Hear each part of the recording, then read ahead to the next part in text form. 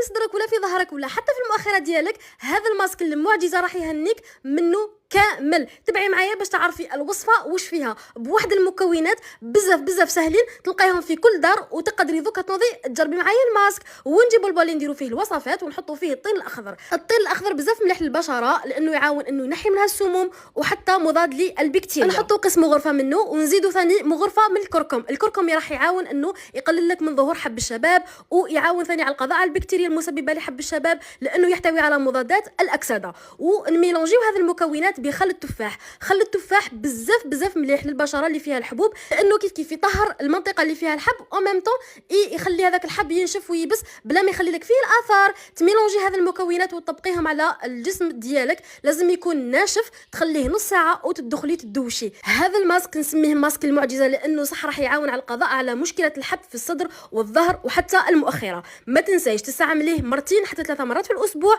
وتداومي عليه. المداومه هي السر في نجاح الوصفات.